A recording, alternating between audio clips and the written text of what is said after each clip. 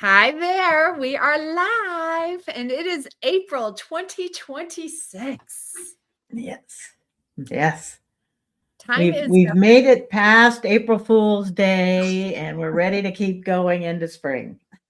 we are. Time has this very it is going fast for me with everything going on right now. So I'm like, how is it April? And yet Mhm. Yeah, also grateful that it's going fast, I I think, in know. some ways too. Yeah. So we'll see. We'll see. Yeah. Um, so I'm Tricia Broderick. I'm Diana Larsen. And we co-wrote Lead Without Blame. And Yes. I was taking, because we're moving, right? I was taking science down and Yeah. covering and stuff. And then it was like, and I had our poster of the release that my former Agile for All team made of our book launch and stuff. And it just Yeah. made me happy that for several years we've been able to engage and continue and propagate and help and make a difference with it. And I was taking it down and I was covering it up, but that's the hard part about a move is taking I'm like, don't let this Yeah. get ruined. Right. like Yeah, wrapping yeah. Moving is so challenging. There's so many there's all the logistical parts of it that are challenging, but there's the emotional parts of it that are challenging as yeah, well. yeah. Yeah, for Um, sure. but we're going with it. Yeah. So today, as Right. usual, we're coming live on a different, although we've been kind of consistent, but now it's a Tuesday. And we're going live. And today's topic is foolishness and humor in the workplace and the importance of it and to be able to laugh during the day and why and things Mhm. like that. So why did let's first highlight a little bit of why did we pick this topic and why we think generally this is, and then we'll go into some Yeah. specifics Right. and where the Right. foot. Yeah. Well, one of the reasons we picked it was because we knew we were going to be talking right after April Fool's Day, and we figured that probably some folks would be having have just had some fun with that, I hope. And so, but thinking about it as a more serious topic as well as a fun topic, I think was partly on our mind. And, spring fever, it's just, kind of fun to mess around this time of year. Yeah. Well, and there is, there's kind of that dynamic of the research science that they've highlighted of the benefits to laughter and the Yeah. benefits of even smiling and Yes. how that can help with your creativity and your energy and your Yeah. engagement and things.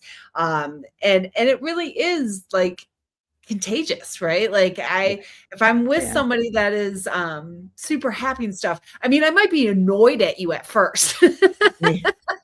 Especially Yeah. if I'm not, but it's hard to not feel that vibe and to, Yeah. and we've done a lot with those different things. And there is just a value of that laughter and that lightness and silliness in the workplace. In fact, Right. actually, Christina just was on my live Yeah. for the other thing, for my other post, Yeah. and the importance of it. And she's somebody who's phenomenal at doing that. Yeah. And so there is a dynamic of the energy with it, but I think there's some other values that come. And I think people think of just that part of it as oh, it helps you mentally and stuff, which Yeah. I'm not downplaying by any means at a bare Right. minimum. But I think there's a lot of Right. other powerful benefits when it comes to that silliness, that laughter, that foolishness, the humor in the workplace. And so unscripted as usual, but let's explore and see what we come up Yeah. with some of those. So what's Well, that? one of the first things I thought about was thinking back during COVID times when a lot of people who weren't used to working remotely started working remotely. And I think about some of the things that teams did to make it feel better about working remotely, right? And there was lots of silliness. There was be right back cards and, there was that kind of stuff and people shuffling them around and not getting it right at exactly the first time and laughing about that. there was, I just noticed that I'm still wearing my hat. I went for a walk this morning. It was kind of cool out. I'm kind of impressed that you're wearing a green color with a virtual background and you're not Everything's an completely just floating accessory, right now. Tricia. Everything is an accessory in my life. Anyway, but it made me think of one of the things I remember happening was people telling me about how they were having Silly Hat Friday. And on Friday, everybody on the team would show up wearing some kind of silly hat. And some people had quite large collections of silly hats, or just, just hats that they normally wouldn't wear to work. And how doing that as a team activity and something that they could do when they weren't together physically, but could do through virtually, helped to bond them as a team, helped to either keep that bond or initiate that bond of those people as a team. And I think a lot of the things that people did during that time were about bringing laughter to the team, having that experience of laughing together, sharing things.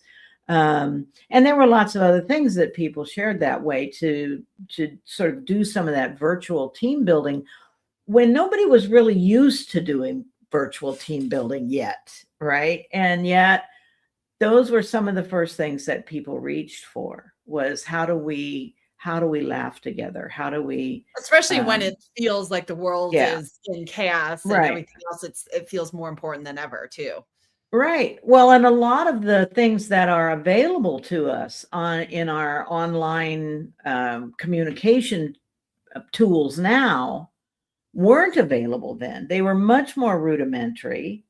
And so it was, working with what we had. I mean, now you can have a gazillion reactions on Zoom, for instance, and it sends up balloons and it does all kinds of things. It didn't do that in the beginning. You were lucky to get a hand, right? And so there, that has been recognized as it's important to give people that kind of opportunity to respond to each other in a visible way and so on, because frankly, when we're working together virtually, our only modality is our tone of voice and how we look, what the things we can see. We don't get any of the other kind of physical manifestations of actually being with other people. And so because that is so limited, people had to figure out how do we make this fun, right? And I remember thinking about that a lot with the different workshops and things that we were doing at the time, and how do we make this more fun? Because the other thing is, humans learn through fun, learn through play. That is one of our major stories, and play are the major ways that we as humans learn. And so we needed to pull that into whatever the context we're working together in. So anyway, I was thinking about that a lot in terms of, when have I seen the sort of utility of silliness? Yeah. I think one of the huge, and I would love to tell you this was intentional right off the bat. I don't know if it really was, but one of the things that I found, especially as I kept getting promoted or in senior positions and stuff, was humor was a way to balance some of the power dynamic, fear and association, right? Like it made me more accessible as an individual and as a human, that it was okay, right? Like you could play a prank on me, you could do this, like I'm gonna have fun. I'm not this scary person walking down well, I mean, I'm scary, but like in a different way.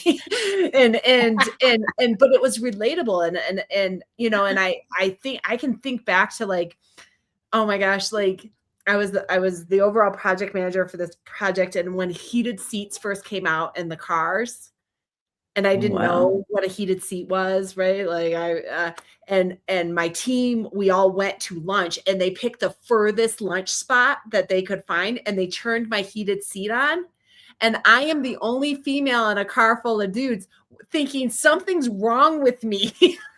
And I am just dying, right? Like, and I'm like something like I'm rolling down they held it together so well, like didn't break at all. Finally, I was like, I don't think I feel very well. I'm like, I'm sweating. Like, I don't know. It was just so not an experience that knew what it was. And then they started laughing, like heated seat. And I was like, oh my God, like, how do you explain the butts on fire in the car full of your team, right? Like, but it was fun and light, and it made it accessible and okay to engage and I think honestly, for almost every position I've been in, every workplace, there's always been that. Like my office has been filled with balloons, and one guy, the late Dave DeRochers actually put in tiny little mics in my office panel that spoke randomly, and just like little things that were just fun and engaging for each other. But it made me accessible as the boss, right? As a position of power, more accessible to people, to where, like, even an internship, an intern, I just saw him not too long ago. He goes, I remember my first day of an internship, and my job was to help destroy somebody's desk. Like, oh my gosh. Yes. But like, that is like, he's like, it is an experience that, like, I, with the director of development, helped destroy somebody's desk on my first day of my job. Nobody's gotten to say that. And it's just a little bit of a way to engage with people in a team bonding kind of experience, but in a level of setting that makes it not like fair game, right? Like, and approachable. And I really do feel like humor and silliness can accommodate for that a lot, and help to balance some of that. Absolutely. Yeah, that reminds me of a time when I was in a workspace, an open workspace, where it was kind of open, but we all had doors, and you never knew if you were going to be the one who came to work and opened the door into your kind of cube workspace area, and it would be full of balloons, right? Like favorite moments, balloons they were so great because they are like easy to clean up. You just pop them all, and then you just pick up. I don't know. They put confetti in there too. I was cleaning that up for a long time. But there are lots of things you can do to lighten the day, lighten everybody's day, and I think that's just so incredibly important to be able to do that, and especially. There's another story actually that we tell. I don't remember if we told it in Lead Without Blame, but I know that we told it in the Agile Retrospectives book, of a team I was working with, and I wasn't there on site all the time, but I was there quite a bit. And one of the times I was there was like a crunch time. Everybody was head down. It was a pretty big team. It might have been like 11 people or something. Everybody had their heads down. Everybody was crunch time. Everybody was sweating it and just getting, more and more and stressed. And this one woman on the team, they had this tradition, this routine of when they needed to call a quick ad hoc team meeting.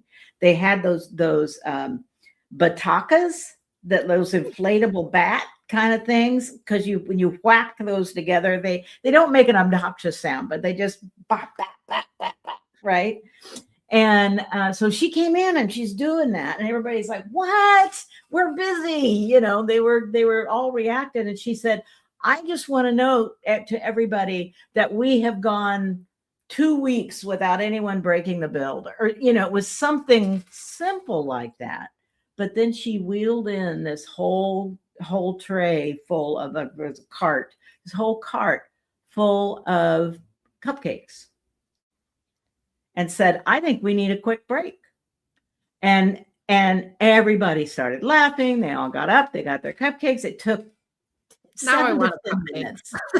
Yeah. I mean, it took really no time at all before everybody turned around and went back. But the comic relief of that changed the whole atmosphere in the room. People got back to work because they knew they still needed to meet their deadline, but they had this moment of laughing together and the physiological Relief, benefits of right? Like a that and relief. so on. Yeah. Yeah.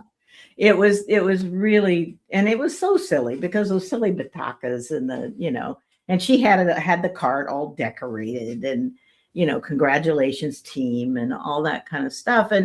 But it wasn't the sort of like big success. It was a small thing, but worth noting, right? We've done well together, and it was just great. Yeah. I think that leads into maybe the final benefit or the highlight of it too is like it does force some vulnerability, right? Like Yeah. it could have been a bomb of bringing those cupcakes in and nobody reacting. But the Yeah. reality is Right. more times than not, when you're willing to be silly and you're just taking some time and putting some effort with it, people want other people to be successful. People want others, like they may have not been willing to be vulnerable and smack those things all over, but if you own it, you go with it, people will engage, right? And a lot of times that vulnerability of allowing that silliness, allowing that, is this going to work, actually does work, and it works in ways that you may not even be surprised with. So it does force some vulnerability for people in terms of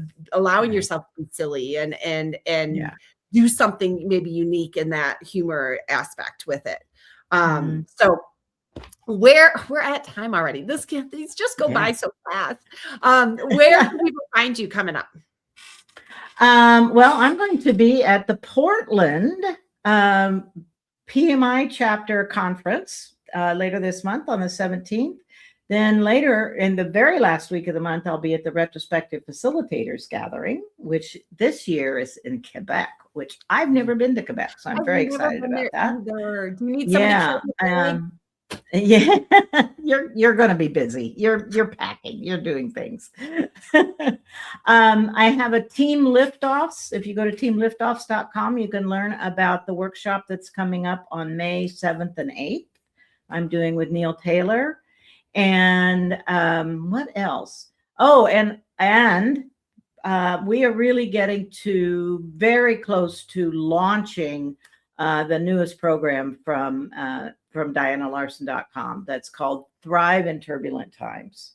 And it'll be in our newsletter. There's going to be a bunch of announcements that go out.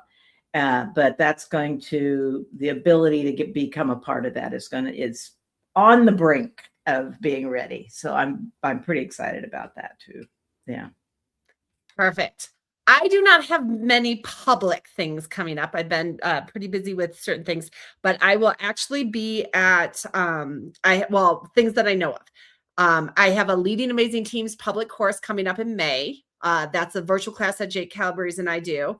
I will be teaching an upcoming course with Christina, but I can't announce it quite yet. It's going to get announced next week with things. Yeah. So, but it's in the product space lane, which is, I'm super excited about with that. So that's a virtual offering that's going to be coming in June, but announcement to come next week, I think.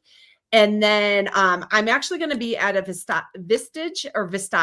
How do you say Vistage event? I think it's Vistage. Yeah. Vistage event in Seattle in May for just one day. But otherwise, I'm kind of limited for the next couple months. I'm going to be moving and traveling and working and prepping things. So my plate is full, but not on a public kind of state. So if you have specific requests for us or you want certain questions or anything, just let us know. Otherwise, we'll be back. Our next one is going to be a little bit later because of all these things going on for both of us. So we'll be going live on May 26th next month. Yeah. Otherwise, until next You've got exciting times ahead, Tricia. I'm excited. Likewise. But it is making for a very, very good thing. I like check marks because I got a lot of lists right now. That's awesome. Yeah. But always going to take time for this and highlight of my day as I laugh and smile, and my cheeks already hurt a little bit right now. So until next time, and then let us know.